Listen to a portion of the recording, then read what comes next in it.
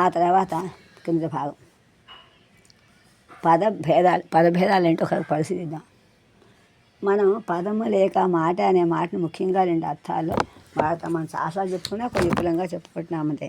దీన్ని ఉప్పు ఉవ్వు ఉవ్వు అని, ఉవ్వు ఉవ్వు అని ఉచ్చారణమైన సముదాయం అనే వర్ణ నిర్మాణానికి సంబంధించినటువంటి అర్థంలో లేక ఇది పుష్ప అనే పదం బహువచనంలో నిబంధించిన బహువచనం అనే వ్యాకరణానికి సంబంధించిన అర్థంలోనూ వాడుతూ ఉంటాం.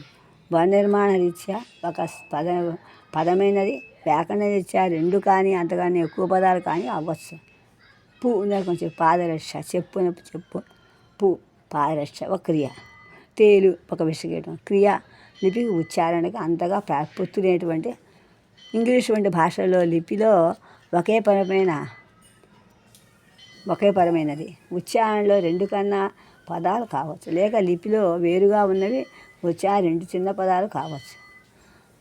రైడ్ అనే లిపిలో వేరుగా ఉన్నాయి. యాడ్ అన్నమాట. ఏడి కాకుండా లిపిలో వేరుగా ఉన్నాయి, ఉచ్చారణలో ఒకటిగాని వ్యాకరణంలో భిన్నంగానే ఉండవచ్చు.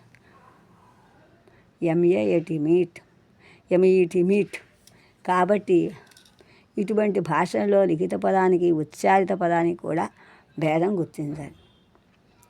ఇంకా అబ్బాయికి అబ్బాయిలో అనే వేరు పదాలైనప్పుడు కూడా ఇవి అబ్బాయి అనే ప్రాథమిక పదానికి విభక్తి సంయోగాలు చేర్చడం వల్ల ఏర్పడ్డాయి. విభక్తి సంయోగాలు తీసివేస్తే మిగిలిన పదం అని అది ఉన్నదాన్ని పదం అని వాడటం కొంత ఇబ్బంది అని అనకుండా దాన్ని విభక్తి సంయోజనం అని చెప్తాం. తీసివేదాన్ని దీన్ని నైఖండిక పదం అంటారు. ఇవి వాడవచ్చు అని కొందరు అంటూ ఉంటారు. నైఖండిక పదం అంటే నిఖండులో సూచించినది ప్రాథమిక పదం. ఇది మన ప్రాచీన వ్యాకరణంలో ధాతు ప్రాతిపదికకి తుల్యం, సమానం. నిష్పాదక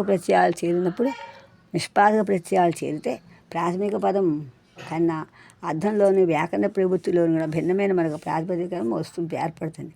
నమ్ము, నమ్మకం వీటి నిఘంటువులో సూచించాలి. కనుక ఇవి కూడా నైఖండిక పదాలు. విభక్తి సంయోజనం మాత్రం నైఖండిక పదాలు కావు. విభక్తి సంయోజనం మనం